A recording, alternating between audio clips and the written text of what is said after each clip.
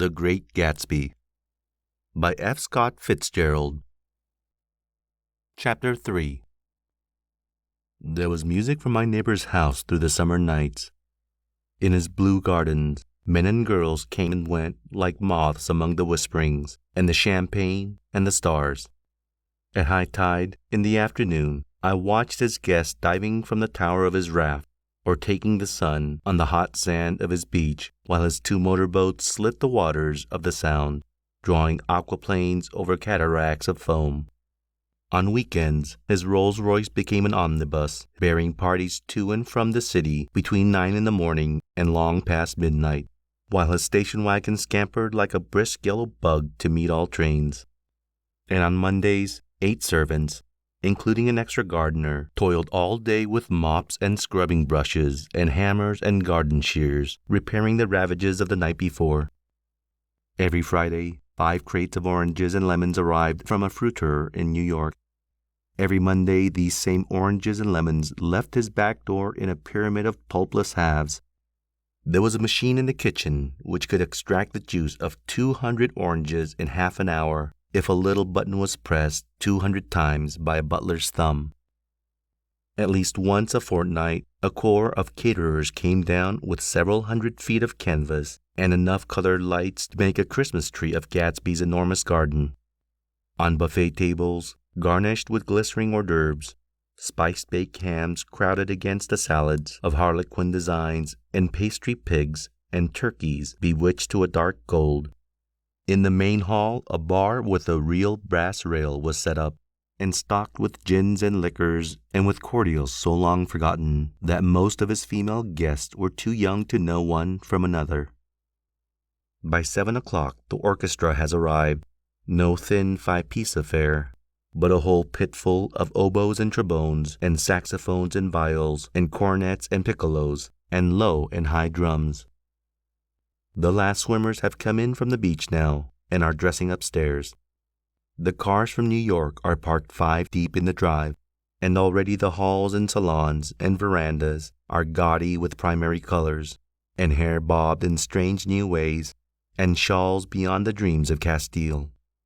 The bar is in full swing, and floating rounds of cocktails permeate the garden outside until the air is alive with chatter and laughter, and casual innuendo and introductions forgotten on the spot, and enthusiastic meetings between women who never knew each other's names.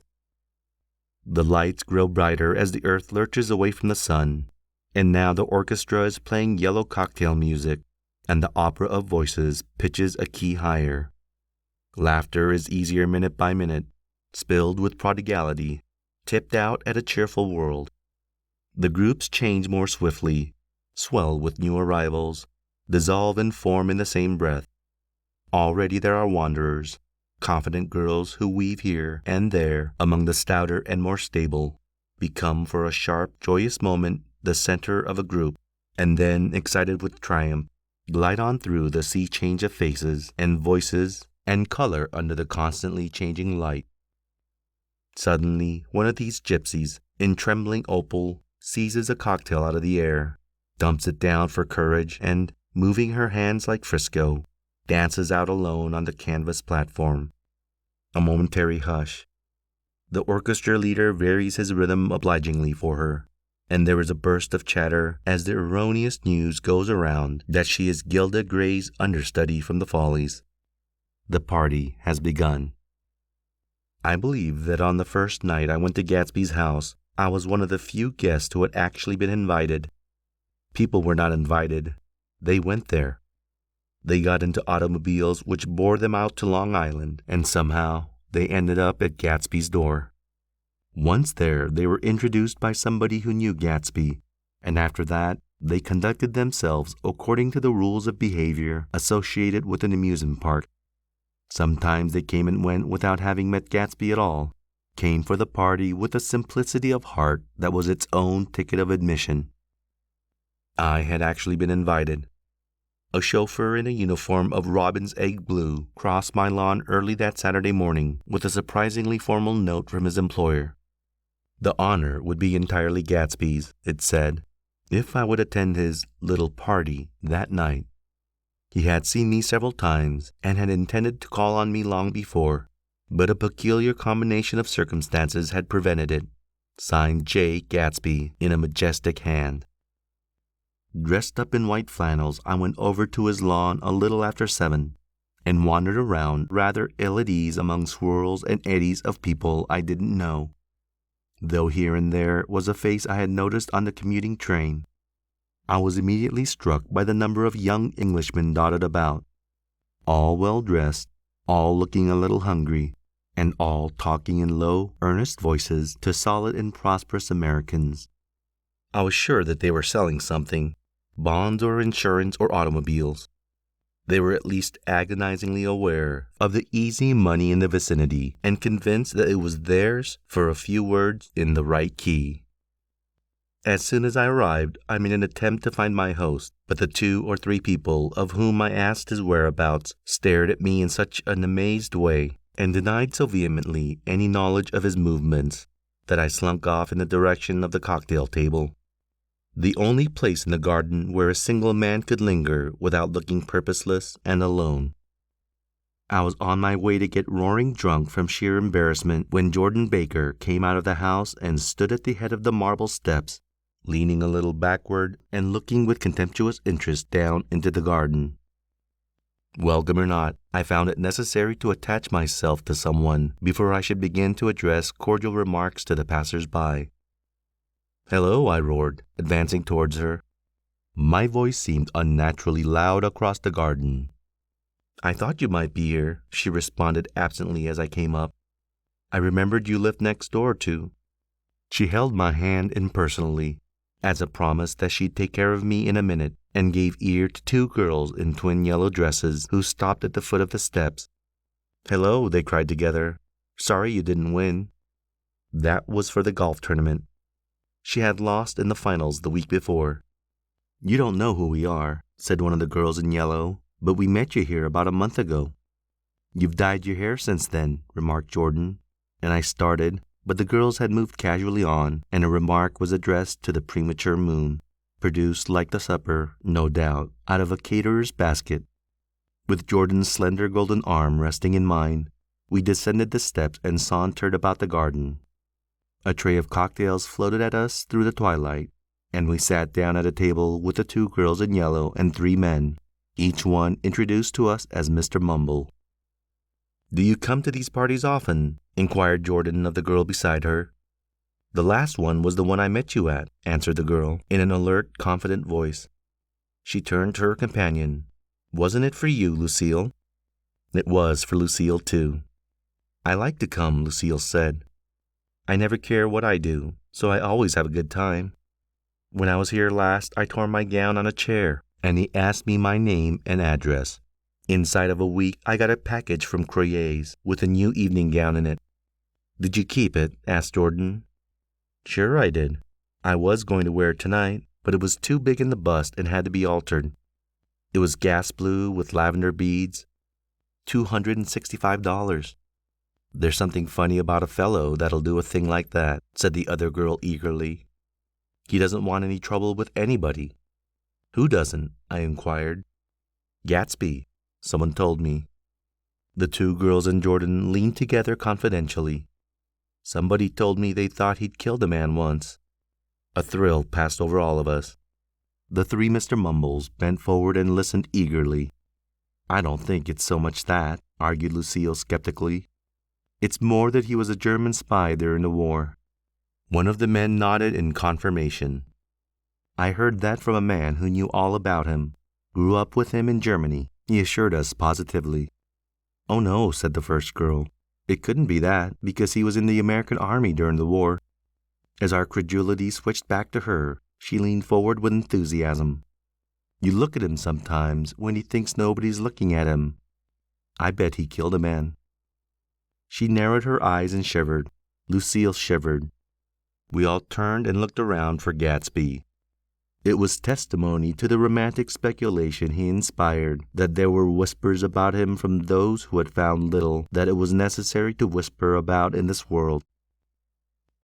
The first supper, there would be another one after midnight, was now being served. and Jordan invited me to join her own party, who were spread around the table on the other side of the garden.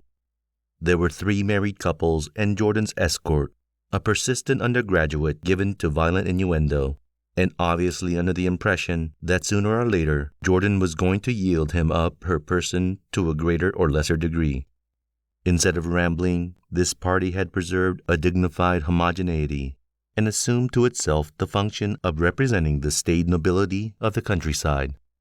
East Egg condescending to West Egg and carefully on guard against the spectroscopic gaiety.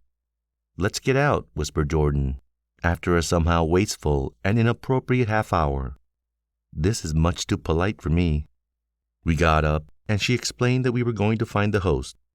I had never met him, she said, and it was making me uneasy. The undergraduate nodded in a cynical, melancholy way. The bar, where we glanced first, was crowded, but Gatsby was not there. She couldn't find him from the top of the steps, and he wasn't on the veranda.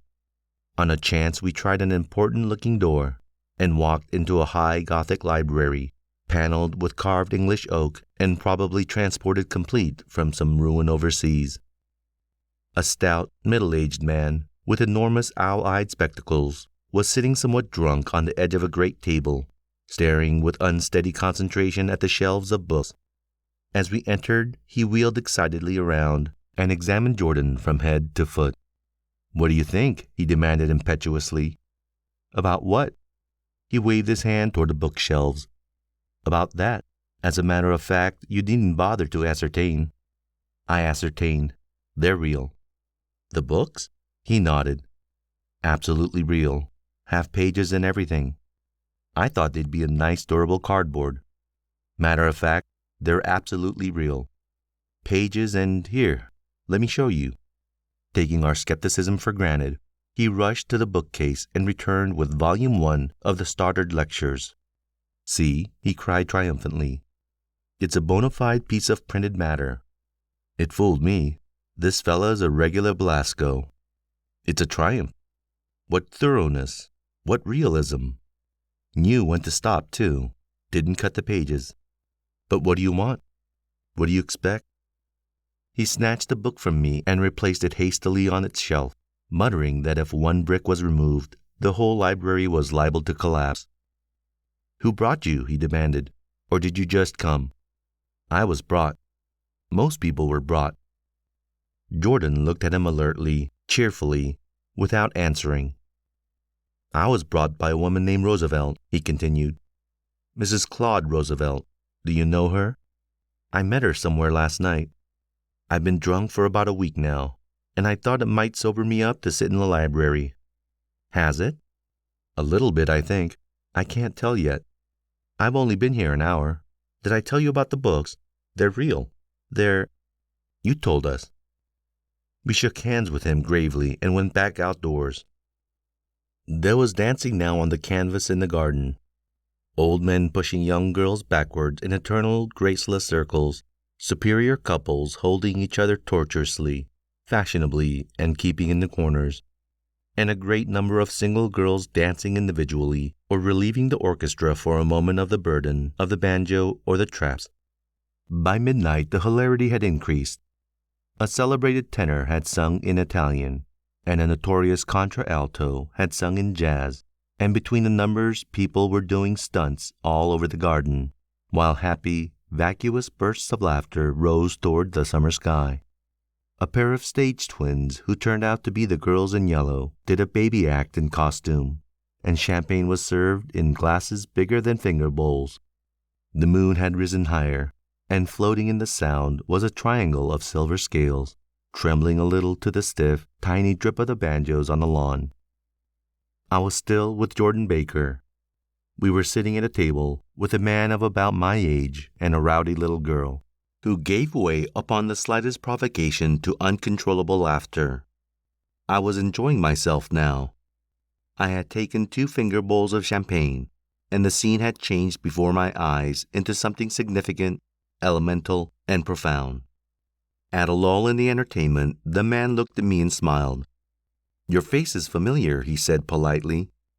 "Weren't you in the 1st Division during the war?" "Why, yes." I was in the 28th Infantry. I was in the 16th until June 1918. I knew I'd seen you somewhere before.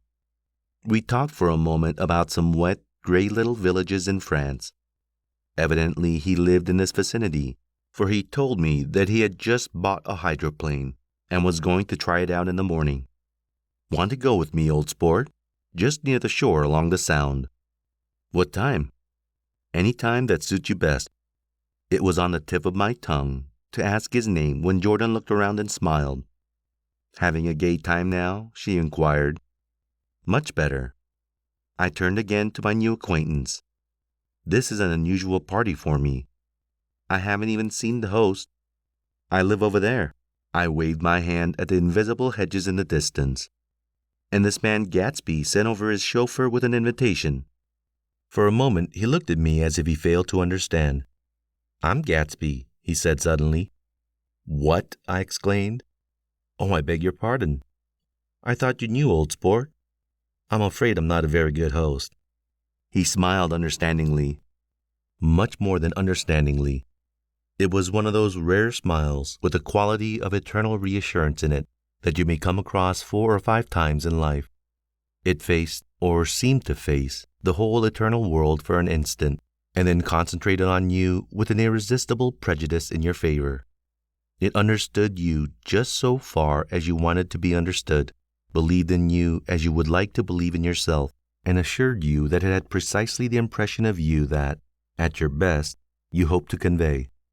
Precisely at that point it vanished, and I was looking at an elegant young roughneck, a year or 2 over 30, whose elaborate formality of speech just missed being absurd. Some time before he introduced himself, I got a strong impression that he was picking his words with care. Almost at the moment when Mr. Gatsby identified himself, a butler hurried toward him with the information that Chicago was calling him on the wire. He excused himself with a small bow that included each of us in turn. If you want anything, just ask for it, old sport, he urged me. Excuse me, I will rejoin you later. When he was gone, I turned immediately to Jordan, constrained to assure her of my surprise. I had expected that Mr. Gatsby would be a florid and corpulent person in his middle years. Who is he? I demanded. Do you know? He's just a man named Gatsby. Where is he from, I mean? What does he do?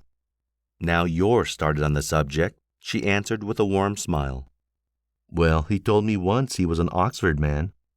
A dim background started to take shape behind him, but at her next remark it faded away. However, I don't believe it. Why not? I don't know, she insisted. I just don't think he went there. Something in her tone reminded me of the other girls. I think he killed a man, and had the effect of stimulating my curiosity. I would have accepted without question the information that Gatsby sprang from the swamps of Louisiana or from the Lower East Side of New York. That was comprehensible. But young men didn't, at least in my provincial experience, I believe they didn't, drift coolly out of nowhere and buy a palace on Long Island Sound. Anyhow, he gives large parties, said Jordan, changing the subject with an urban distaste for the concrete. And I like large parties. They're so intimate. At small parties, there isn't any privacy. There was the boom of a bass drum, and the voice of the orchestra leader rang out suddenly of the echolalia of the garden. Ladies and gentlemen, he cried, at the request of Mr. Gatsby, we are going to play for you Mr. Vladimir Tostof's latest work, which attracted so much attention at Carnegie Hall last May. If you read the papers, you know there was a big sensation. He smiled with jovial condescension and added, some sensation. Whereupon everybody laughed. The piece is known, he concluded lustily, as Mr. Vladimir Tostof's Jazz History of the World. The nature of Mr. Tostof's composition eluded me, because just as it began, my eyes fell on Gatsby, standing alone on the marble steps and looking from one group to another with approving eyes. His tanned skin was drawn attractively tight on his face, and his short hair looked as though it were trimmed every day. I could see nothing sinister about him. I wondered if the fact that he was not drinking helped to set him off from his guests, for it seemed to me that he grew more correct as the fraternal hilarity increased. When the jazz history of the world was over, girls were putting their heads on men's shoulders in a puppyish, convivial way. Girls were swooning backwards playfully into men's arms, even into groups, knowing that someone would arrest their falls. But no one swooned backward on Gatsby, and no French bop touched Gatsby's shoulder, and no singing quartets were formed with Gatsby's head for one link. "I beg your pardon?" Gatsby's butler was suddenly standing beside us. "Miss Baker?" he inquired. "I beg your pardon, but Mr. Gatsby would like to speak to you alone." "With me?" she exclaimed in surprise. "Yes, madame." She got up slowly, raising her eyebrows at me in astonishment, and followed the butler toward the house. I noticed that she wore her evening dress, all her dresses, like sports clothes. There was a jauntiness about her movements, as if she had first learned to walk upon golf courses on clean, crisp mornings. I was alone, and it was almost 2. For some time confused and intriguing sounds had issued from a long, many-windowed room which overhung the terrace. Eluding Jordan's undergraduate, who was now engaged in an obstetrical conversation with 2 chorus girls, and who implored me to join him, I went inside. The large room was full of people. One of the girls in yellow was playing the piano, and beside her stood a tall, red-haired young woman from a famous chorus, engaged in song. She had drunk a quantity of champagne, and during the course of her song she had decided, ineptly, that everything was very, very sad. She was not only singing, she was weeping too. Whenever there was a pause in a song, she filled it with gasping, broken sobs, and then took up the lyric again in a quavering soprano. The tears coursed down her cheeks, not freely, however, for when they came into contact with her heavily beaded eyelashes, they assumed an inky color, and pursued the rest of their way in slow black rivulets. A humorous suggestion was made that she sing the notes on her face, whereupon she threw up her hands, sank into a chair, and went off into a deep, vinous sleep.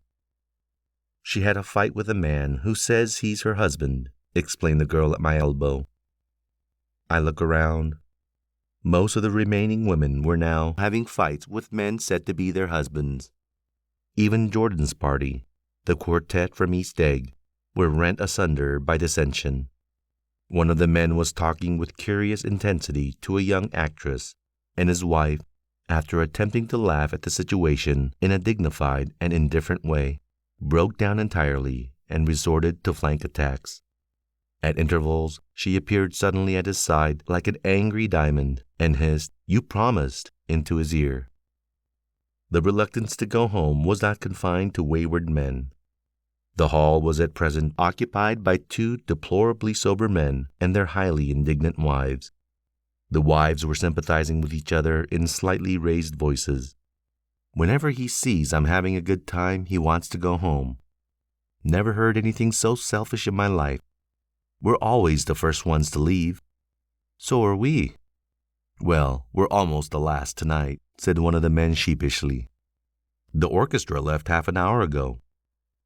In spite of the wives' agreement that such malevolence was beyond credibility, the dispute ended in a short struggle, and both wives were lifted, kicking, into the night. As I waited for my hat in the hall, the door of the library opened, and Jordan Baker and Gatsby came out together. He was saying some last words to her, but the eagerness in his manner tightened abruptly into formality as several people approached him to say goodbye. Jordan's party were calling impatiently to her from the porch, but she lingered for a moment to shake hands. "I've just heard the most amazing thing," she whispered. "How long were we in there?" "Why, about an hour." "It was simply amazing," she repeated abstractly. "But I swore I wouldn't tell it, and here I am tantalizing you." She yawned gracefully in my face. "Please come and see me. Phone book, under the name of Sigourney Howard, my aunt." She was hurrying off as she talked. Her brown hand waved a jaunty salute as she melted into her party at the door. Rather ashamed that on my first appearance I had stayed so late, I joined the last of Gatsby's guests who were clustered around him. I wanted to explain that I'd hunted for him early in the evening and to apologize for not having known him in the garden. Don't mention it, he enjoined me eagerly. Don't give it another thought, old sport. The familiar expression held no more familiarity than the hand which reassuringly brushed my shoulder. And don't forget, we're going up in the hydroplane tomorrow morning at 9 o'clock. Then the butler, behind his shoulder, Philadelphia wants you on the phone, sir. All right, in a minute. Tell them I'll be right there. Good night. Good night. Good night. He smiled, and suddenly there seemed to be a pleasant significance in having been among the last to go, as if he had desired it all the time. Good night, old sport. Good night. But as I walked down the steps, I saw that the evening was not quite over. 50 feet from the door, a dozen headlights illuminated a bizarre and tumultuous scene. In the ditch beside the road, right side up, but violently shorn of one wheel, rested a new coupe which had left Gatsby driveway not 2 minutes before. The sharp jut of a wall accounted for the detachment of the wheel, which was now getting considerable attention from half a dozen curious chauffeurs. However, as they had left their cars blocking the road, a harsh, discordant din from those in the rear had been audible for some time, and added to the already violent confusion of the scene. A man in a long duster had dismounted from the wreck and now stood in the middle of the road, looking from the car to the tire and from the tire to the observers in a pleasant, puzzled way. See, he explained, it went in the ditch. The fact was infinitely astonishing to him, and I recognized first the unusual quality of wonder, and then the man. It was the late patron of Gatsby's library. How did it happen? He shrugged his shoulders. I know nothing whatever about mechanics, he said decisively. But how did it happen? Did you run into the wall? Don't ask me, said Owl Eyes, washing his hands of the whole matter. I know very little about driving, next to nothing. It happened, and that's all I know. Well, if you're a poor driver, you oughtn't try driving at night. But I wasn't even trying, he explained indignantly. I wasn't even trying. An odd hush fell upon the bystanders. Do you want to commit suicide? You're lucky it was just a wheel, a bad driver, and not even trying. You don't understand, explained the criminal. I wasn't driving. There's another man in the car. The shock that followed this declaration found voice in a sustained aha as the door of the coupe swung slowly open. The crowd, it was now a crowd, stepped back involuntarily, and when the door had opened wide, there was a ghostly pause. Then, very gradually, part by part, a pale, dangling individual stepped out of the wreck, pawing tentatively at the ground with a large, uncertain, dancing shoe. Blinded by the glare of the headlights, and confused by the incessant groaning of the horns, the apparition stood swaying for a moment before he perceived the man in the duster. What's the matter? He inquired calmly. Did we run out of gas? Look. Half a dozen fingers pointed at the amputated wheel. He stared at it for a moment, and then looked upward as though he suspected that it had dropped from the sky. It came off, someone explained. He nodded. At first I didn't notice we stopped. A pause. Then, taking a long breath and straightening his shoulders, he remarked in a determined voice, Wonder if tell me where there's a gas station? At least a dozen men, some of them a little better off than he was, explained to him that wheel and car were no longer joined by any physical bond. Back out, he suggested after a moment. Put her in reverse. But the wheel's off. He hesitated. No harm in trying, he said. The caterwauling horns had reached a crescendo, and I turned away and cut across the lawn towards home. I glanced back once. A wafer of a moon was shining over Gatsby's house, making the night fine as before, and surviving the laughter and the sound of his still glowing garden. A sudden emptiness seemed to flow now from the windows and the great doors, endowing with complete isolation the figure of the host, who stood on the porch, his hands up in a formal gesture of farewell.